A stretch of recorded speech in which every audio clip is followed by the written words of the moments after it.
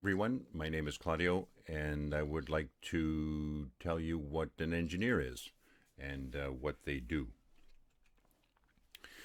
First, I think it'd be useful to talk about where the word engineer comes from. It comes from the Latin word ingeniator, and then in turn comes from ingenium, which means being clever or having talent, and ingeniare, which means to create or design something.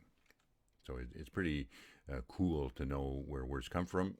And you may have heard the word ingenious or somebody who is a genius. This also comes from the same Latin words.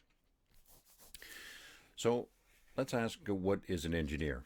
So, first of all, engineers are professionals. That means their job has a code of conduct.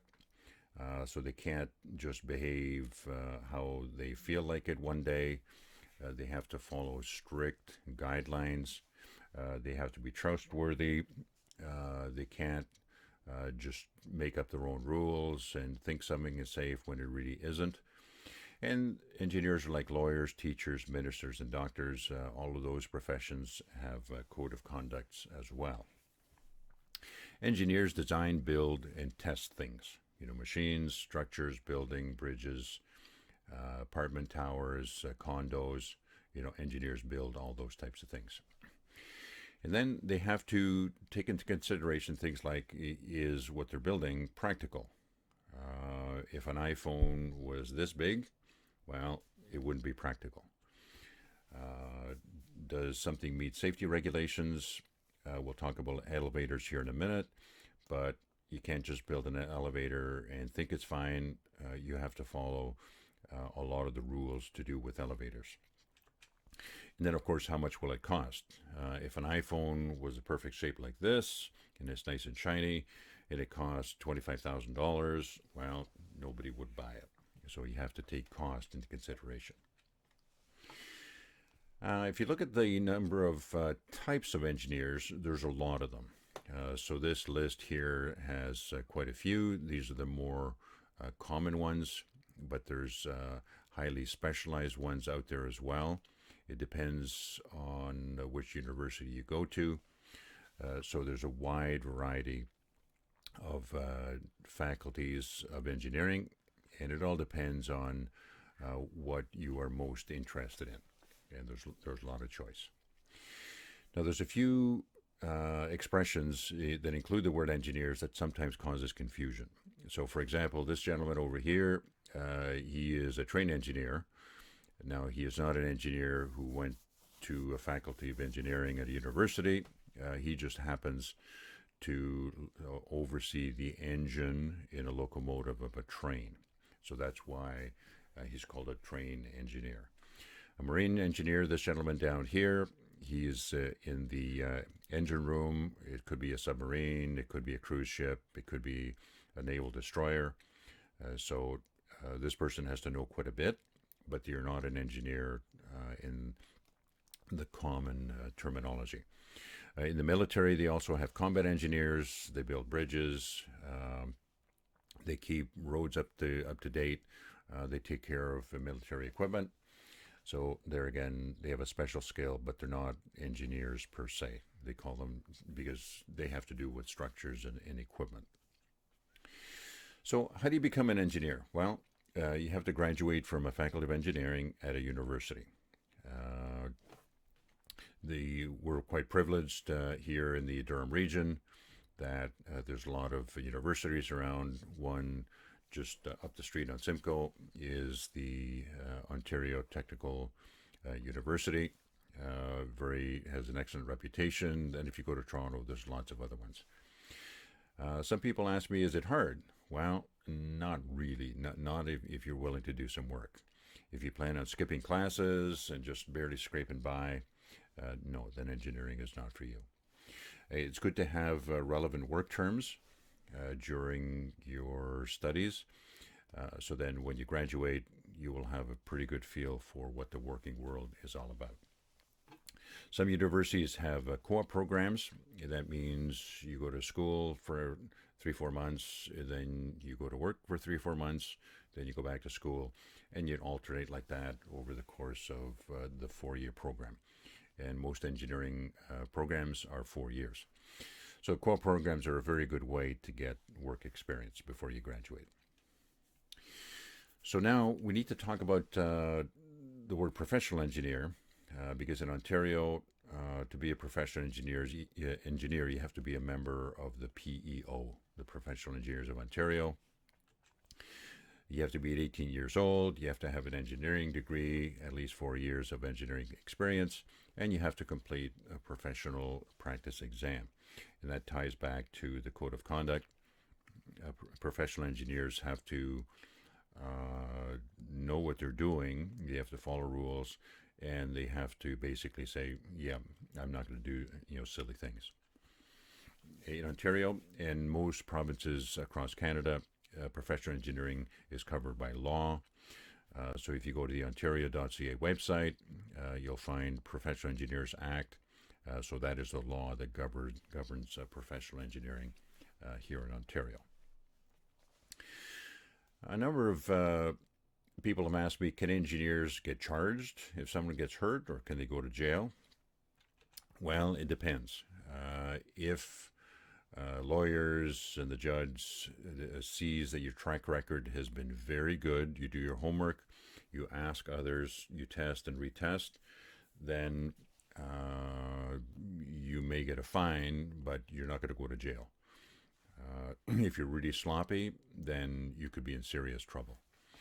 So it's best to design whatever you're designing very carefully, check your work, check your calculations, test the equipment several times if it's possible, ask other people, and make sure you've done everything humanly possible to make sure whatever you're designing will work and it will be safe.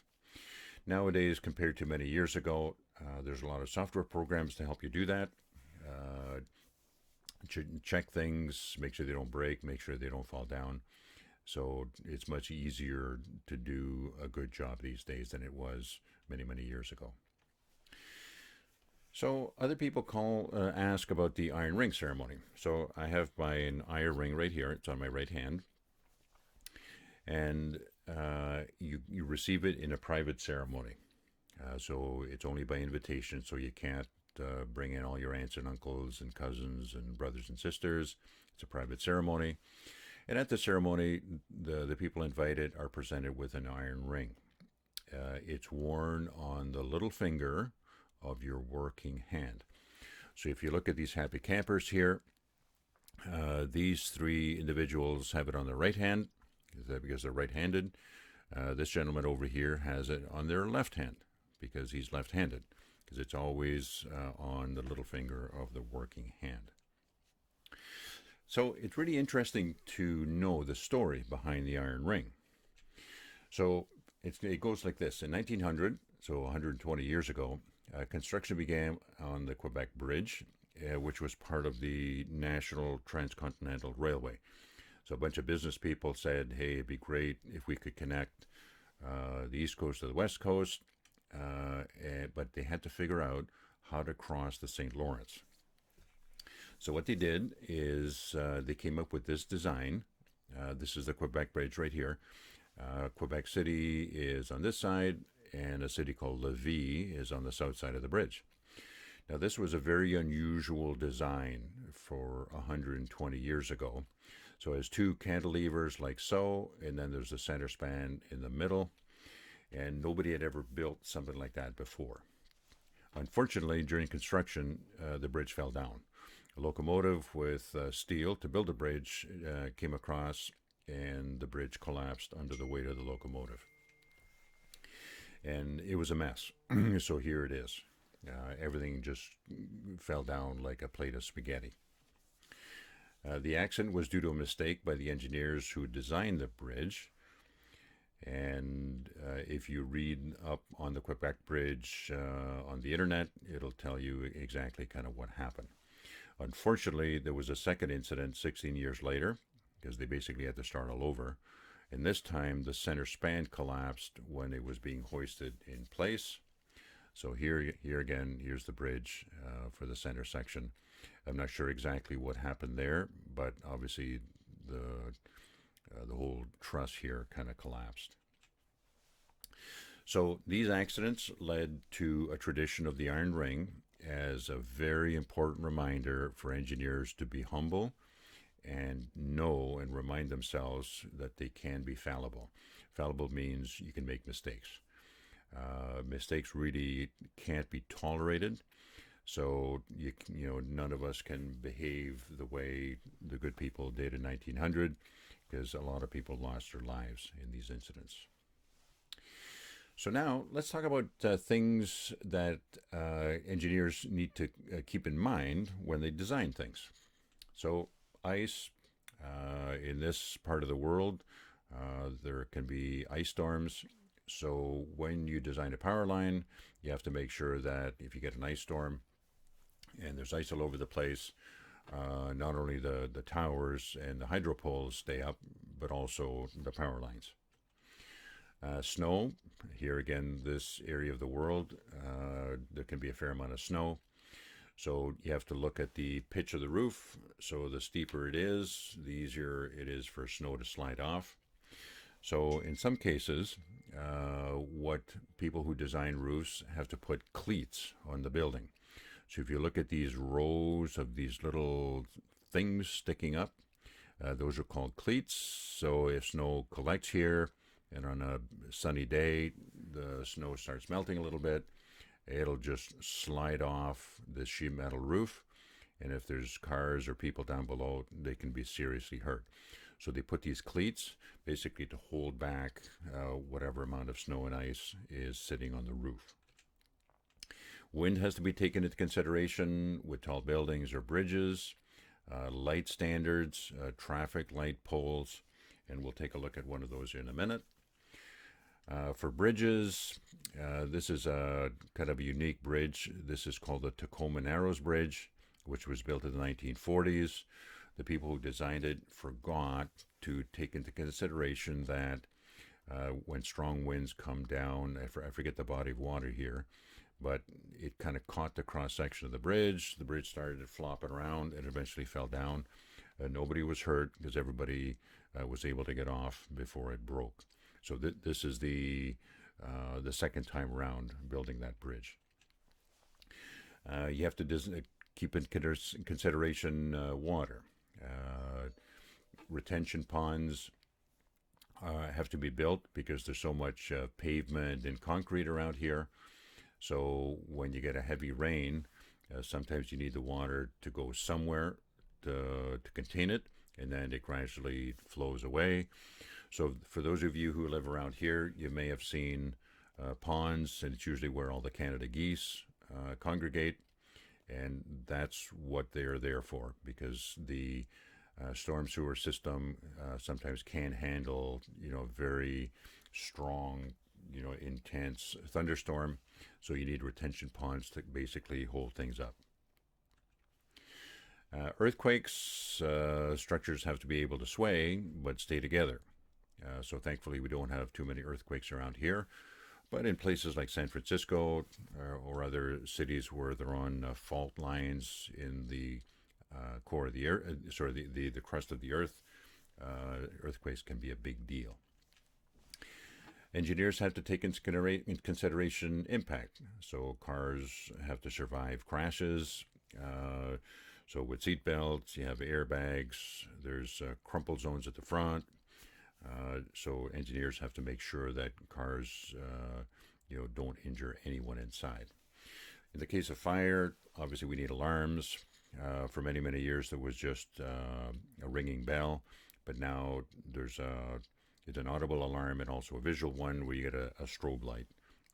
So if somebody has hearing impairment, they will see the flashing and they'll know it's a fire alarm. Corrosion is a big deal.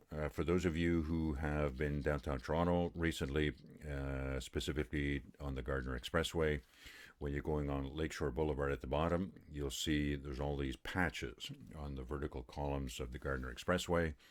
And that's because after 50, 60 years, the reinforcing bars inside get corroded, the concrete starts falling off, and if you don't fix it, then the Gardiner Expressway won't stay up.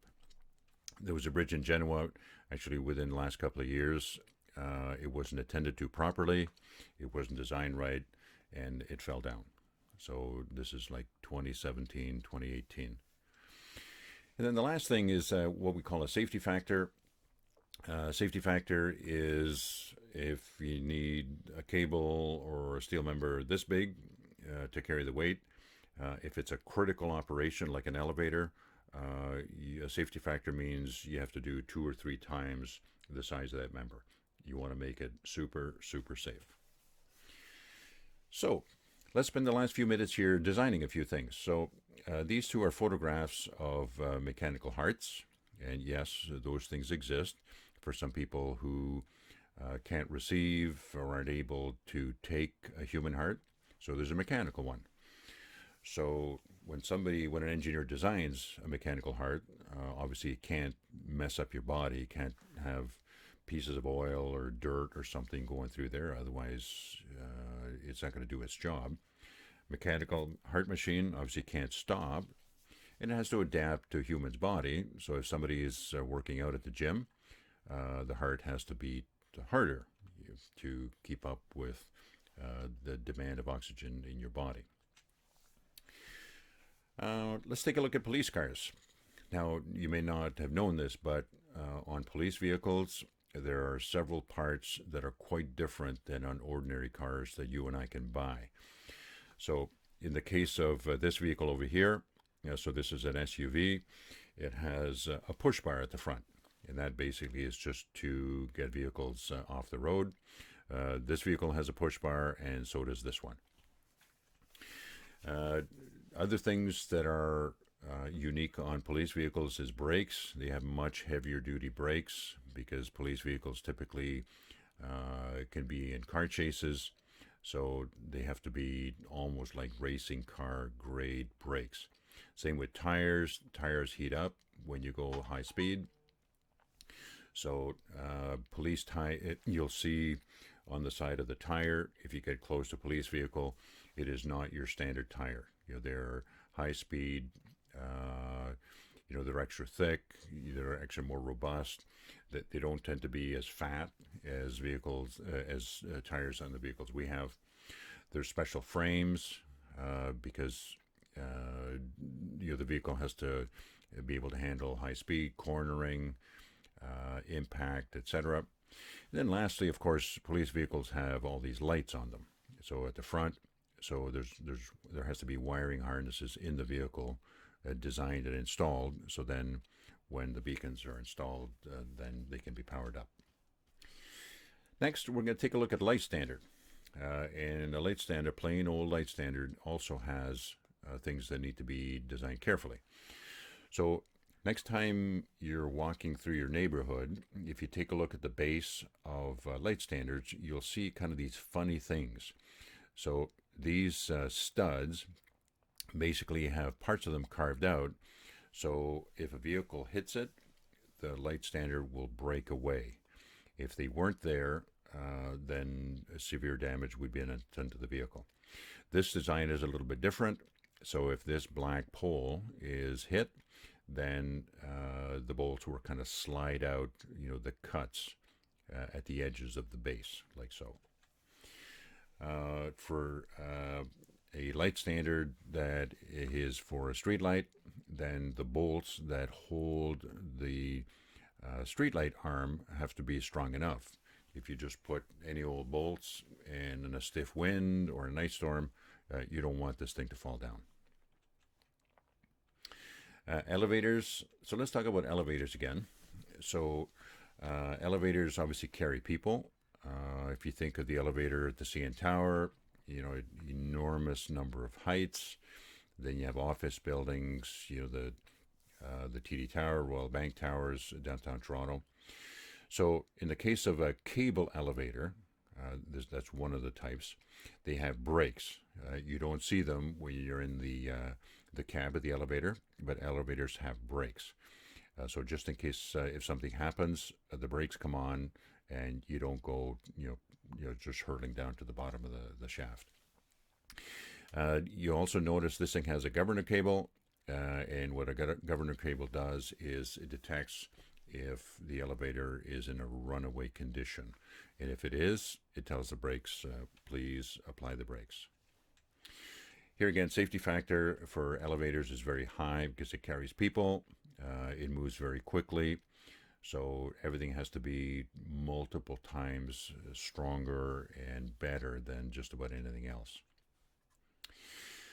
So the last thing, let's talk about traffic lights. So I'm sure all of you, as you walk around the neighborhood, you've seen the gray panel right beside one of the traffic light posts. So control panels for traffic lights have to handle a whole bunch of different things. So if there's a power failure, the traffic lights need to go back to cycling green, amber, red. If something happens and somebody knocks one of these over, the control panel has to know something's gone amiss, so it has to do something. So for example, the something is right now, I'm sure everybody's come to an intersection and it's flashing all the way. So there's rules that says, hey, if it's flashing all red, treat it like a stop sign. If it's flashing yellow, you proceed with caution. If there's no signals at all, then it's a four-way stop. Now, the interesting thing about control panels is there's traffic conditions that it needs to consider. So, for example, traffic flow. Next time you're out and about, go to in a very safe way. Make sure if you're walking, make sure you stay in the pedestrian section. But you'll notice there's kind of this caulking, on one of the lanes. And what those are for is buried cables that tell the control panel for traffic lights that there's a vehicle there. And if it has a turn lane, then the traffic lights will give precedence to people in the turning lane. Control panels for traffic lights also change the cycles depending on the time of day, if it's rush hour or not. And a lot of these, and of course, last thing is if you're in the middle of the night and if there was no loops in here, the traffic lights would never change because the control panel would never know you're there. And interestingly, fire trucks, obviously they're large vehicles, they need to be able to get to where they're going quickly. Right, so it's not like an ambulance that'll go through red lights. Fire trucks have to keep going and they can't handle traffic like a red light. So if you remember years ago, there used to be these little gizmos attached to a pole, and the fire truck would go by with a strobe light on top. So this sensor would pick up the strobe light. It says, fire truck is coming. So I'm going to go through the traffic light sequence very quickly, and the fire truck is going to have a green light. So those are not too much in use anymore because people were playing games and they were fooling the traffic lights. So now fire trucks have a fairly complicated GPS unit. So the traffic light system knows there's a fire truck coming because the GPS unit knows where the fire truck is, and the lights go green as far as the fire truck needs to go. So, hope you enjoyed that. If you have any questions, please share them with your teachers. They will then pass them on to me, and I will do my best to answer them, and I'll post a video with the answers to all your questions. Thank you for listening, and have an excellent day.